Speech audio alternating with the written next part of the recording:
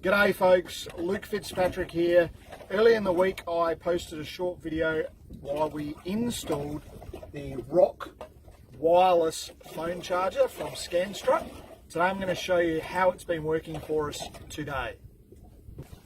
Okay, so earlier in the week we installed the ROKK Wireless phone charger with Harvey Bay Marine Services doing the job for us. It's got power.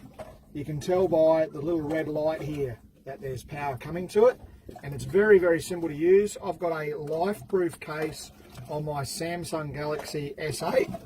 You just open up the clamp, put it in, and close it. Okay, it's nice and secure, and you know that it's charging your phone because there's a little green light in there, so it goes from red to green.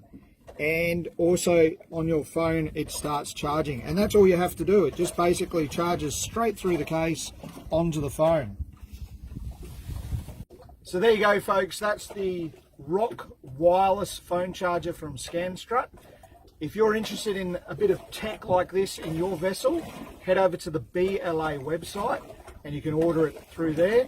Very simple installation and so easy to use. And keeps your phone charged while you're out in the water. All the best folks, and I'll see you around.